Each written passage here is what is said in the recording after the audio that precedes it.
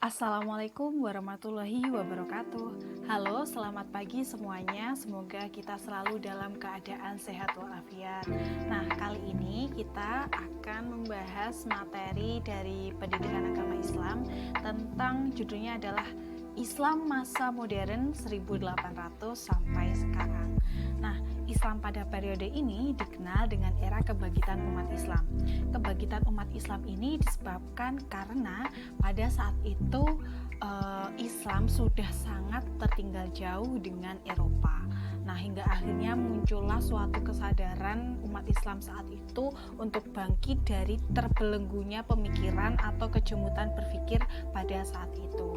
Nah, pembaruan Islam itu sesungguhnya sudah muncul sejak abad 13 ketika Islam mengalami kemunduran di berbagai bidang. Saat itu pula lahirlah Taqiyuddin Ibnu Taimiyah, seorang muslim yang sangat peduli terhadap nasib umat Islam dengan mendapat dukungan dari muridnya yang namanya Ibnu Qayyim al-Jauziyah. Nah, ide-ide Ibnu Taimiyah dan Ibnu Qayyim yang lainnya dilanjutkan oleh tokoh-tokoh muda yang lahir pada abad 18. Mereka meyakini bahwa umat Islam sudah jauh tertinggal dibandingkan dunia barat. Umat Islam masih berkutat pada hal-hal yang tidak rasional seperti bid'ah, khurafat, dan tahayul. Satu-satunya jalan umat Islam harus bangkit dari kebodohan, maka lahirlah tokoh-tokoh pembaharu Islam. Hingga akhirnya pada saat itu umat Islam harus berpikir dan harus bergerak secara maju bagaimana meningkatkan kemajuan pada Islam kala itu. Tokoh-tokoh pembaruan dunia Islam pada masa modern yang pertama ada Muhammad bin Abdul Wahhab. Muhammad bin Abdul Wahhab lahir di Uyainah, Najd, Arab Saudi. Pemikirannya dicetuskan untuk memperbaiki kedudukan umat Islam. Nah, Muhammad bin Abdul Wahhab ini memusatkan perhatian pada soal yang pertama. Kebanyakan orang Islam bukan lagi penganut paham tauhid yang sebenarnya karena mereka meminta pertolongan bukan lagi dari Allah, tetapi dari syekh, wali, dari kekuatan gaib seperti itu. Kedua, meminta syafaat selain dari kepada Allah, dan ini merupakan hal yang syirik. Terus yang ketiga, bernazar kepada selain dari Allah, dan ini juga merupakan syirik. Yang selanjutnya, memperoleh pengetahuan selain dari Al-Quran, hadis, dan qiyas merupakan suatu kekufuran.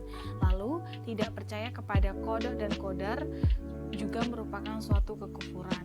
Nah, pemikiran-pemikirannya yang memperbarui pemikiran tersebut adalah yang pertama, hanya Al-Quran dan hadislah yang merupakan sumber asli dan ajaran-ajaran Islam. Pendapat ulama tidak merupakan sumber. Itu menurut Muhammad bin Abdul Wahhab. Yang kedua, taklid kepada ulama tidak dibenarkan. Yang ketiga, pintu ijtihad terbuka dan tidak tertutup. Nah, Muhammad bin Abdul Wahhab ini merupakan pencetus dari suatu aliran yang namanya Wahabi. Lalu yang selanjutnya ada Muhammad Ali Pasha. Ia lahir di Kawala, Yunani pada tahun 1765 Masehi. Adalah seorang keturunan Turki dan meninggal di Mesir pada tahun 1849 Masehi. Ide dan gagasan Muhammad Ali Pasha yang sangat inovatif pada zamannya antara lain bahwa mendirikan sekolah-sekolah modern dan memasukkan ilmu-ilmu modern dan sains ke dalam kurikulum. Sekolah-sekolah inilah yang kemudian yang dikenal sebagai sekolah modern di Mesir pada khususnya dan dunia Islam pada umumnya. Ia yakin bahwa kekuasaan hanya dapat dipertahankan dan diperbesar dengan kekuatan militer. Di samping itu, ia mengerti bahwa di belakang kekuatan militer mesti ada kekuatan ekonomi yang sanggup membelanjai pembaharuan dalam bidang militer. Nah, Muhammad Ali Pasha berpikir bahwa dengan meningkatkan militer dan juga meningkatkan kekuatan ekonomi, maka sanggup untuk melakukan pembaruan yang ada pada dunia Islam. Dan juga ia memasukkan ilmu-ilmu modern dan juga sains ke dalam kurikulum saat itu. Nah, yang selanjutnya ada Al-Tahtawi. Al-Tahtawi ini nama lengkapnya adalah Rifa'ah Baidawi Rafi' Al-Tahtawi. Ia lahir pada tahun 1800 Masehi. Nah, di tahta, makanya namanya ada Al-Tahtawi. Itu diambil dari kota kelahiran beliau. Beberapa pemikiran tentang pembaruan Islam menurut Al-Tahtawi adalah yang pertama, ajaran Islam bukan hanya mementingkan soal akhirat, tetapi juga hidup di dunia.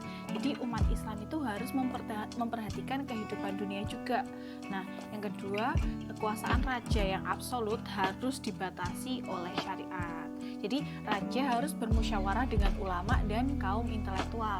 Nah, yang ketiga ada syariat harus diartikan sesuai dengan perkembangan modern. Jadi pengertian dari syariat ini harus fleksibel. Lalu yang keempat adalah kaum ulama harus mempelajari filsafat dan ilmu pengetahuan modern agar syariat dapat menyesuaikan diri dengan kebutuhan masyarakat modern.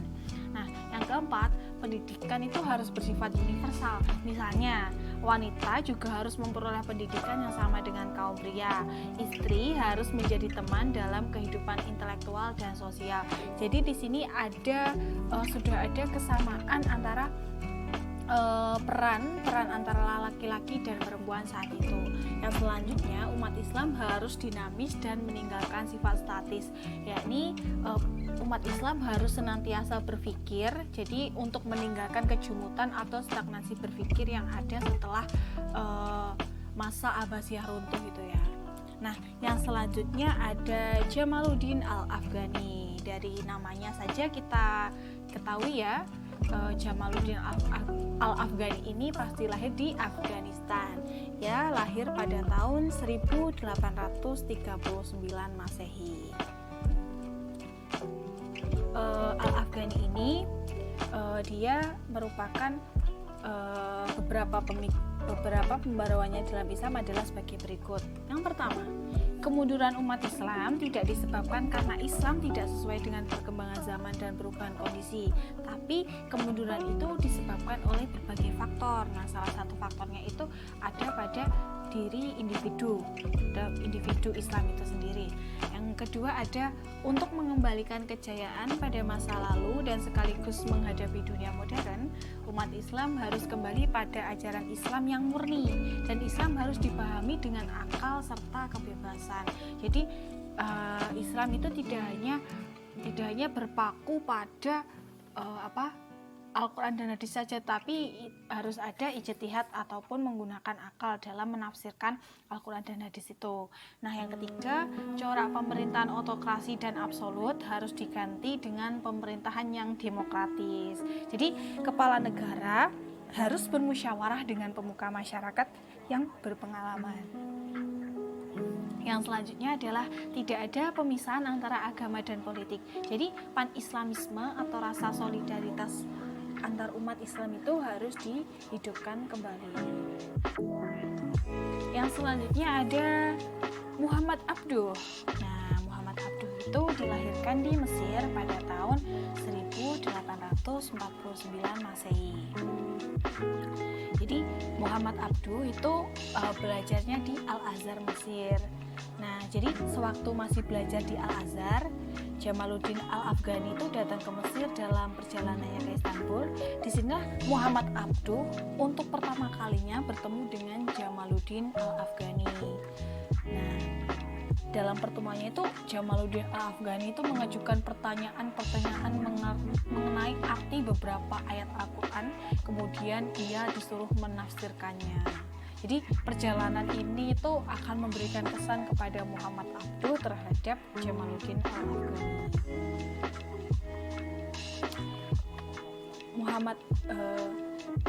Lalu beberapa pengembangan pemikiran dari Muhammad Abduh ini adalah yang pertama, pembukaan pintu ijtihad. Menurut Muhammad Abduh, ijtihad merupakan dasar yang paling penting dalam menafsirkan kembali ajaran Islam. Yang kedua, penghargaan terhadap akal. Islam adalah ajaran rasional yang sejalan dengan akal. Sebab dengan akal ilmu pengetahuan akan maju. Nah, yang ketiga adalah kekuasaan negara harus dibatasi oleh konstitusi yang telah dibuat oleh negara yang bersangkutan. Seperti itu. Lalu ada lagi dari Rashid Ridho. Nah, Rashid Ridho ini adalah merupakan murid dari Muhammad Abduh. Jadi ia lahir pada tahun 1865. Jadi ia lahir di Lebanon di desa Al-Qolamun.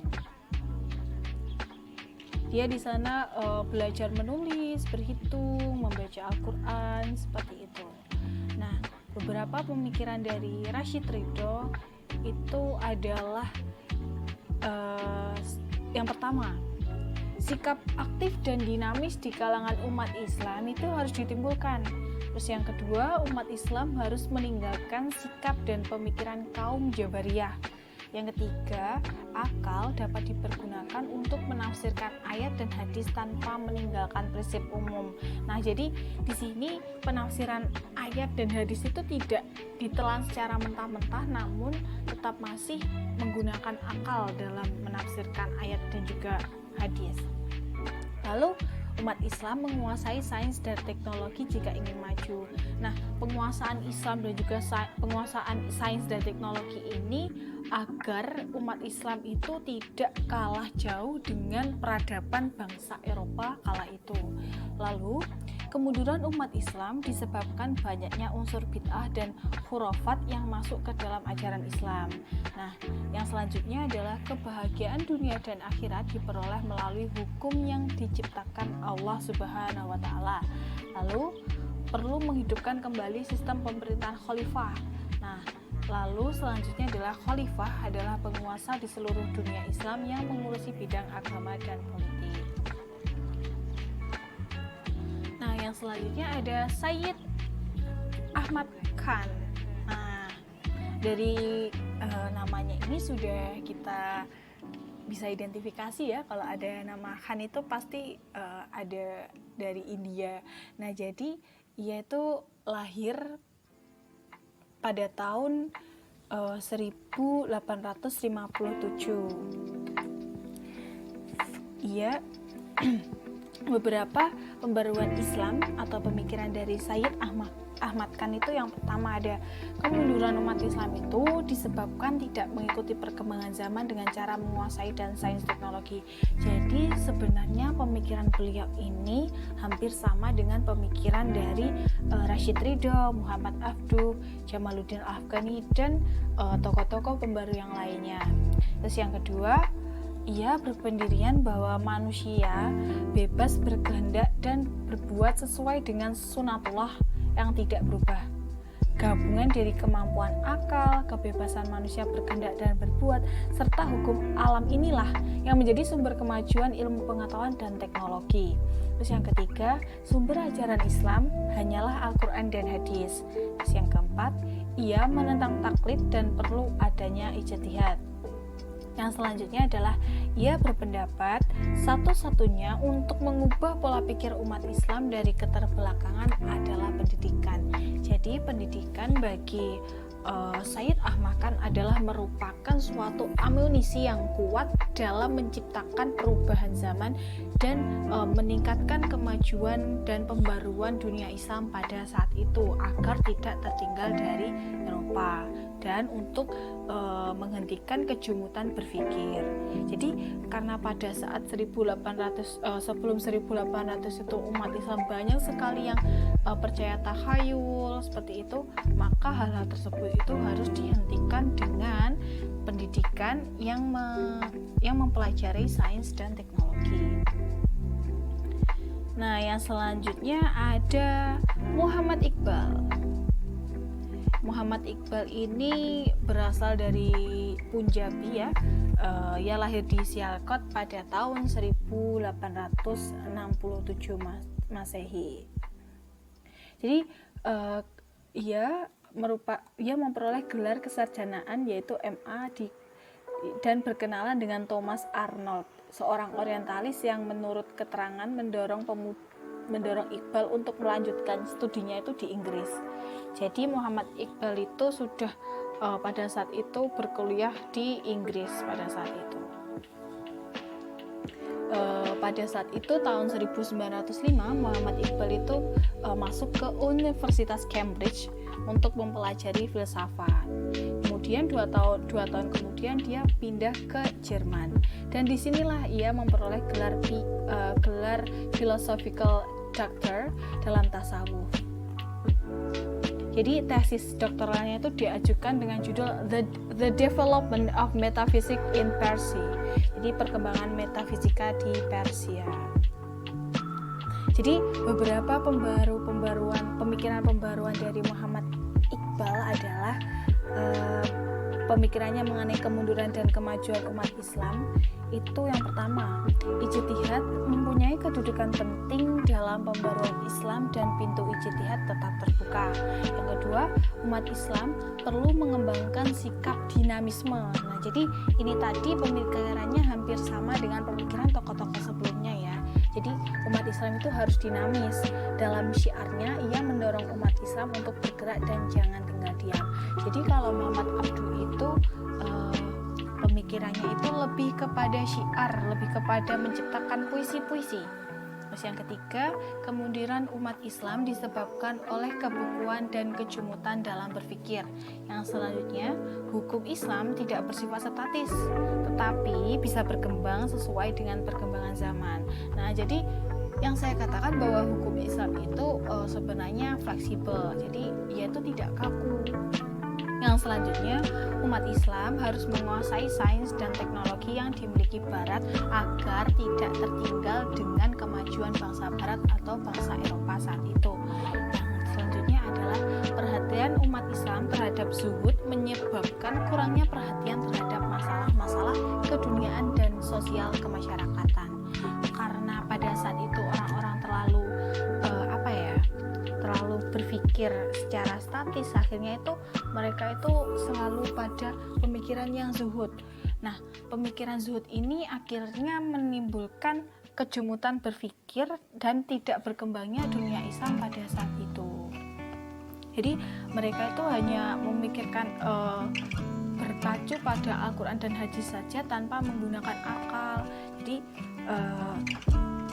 pemikirannya itu tidak berkembang, jadi hanya terpaku pada itu saja. Nah, begitulah beberapa pembaruan Islam dari Muhammad Iqbal ya, seperti itu. Nah, demikian yang bisa saya sampaikan. Apabila nanti ingin diskusi, kita lanjut ke WhatsApp saja ya untuk kali ini, dan jika kalian ingin menyanggah nanti bisa. Sekian, apabila ada kekurangan itu murni dari saya, dan apabila ada kelebihan itu murni dari Allah Subhanahu wa taala. Semoga apa yang saya sampaikan ini bermanfaat, bisa memotivasi kalian semua dalam mengembangkan pemikiran-pemikiran terhadap dunia Islam. Sekian, terima kasih sudah menonton video ini.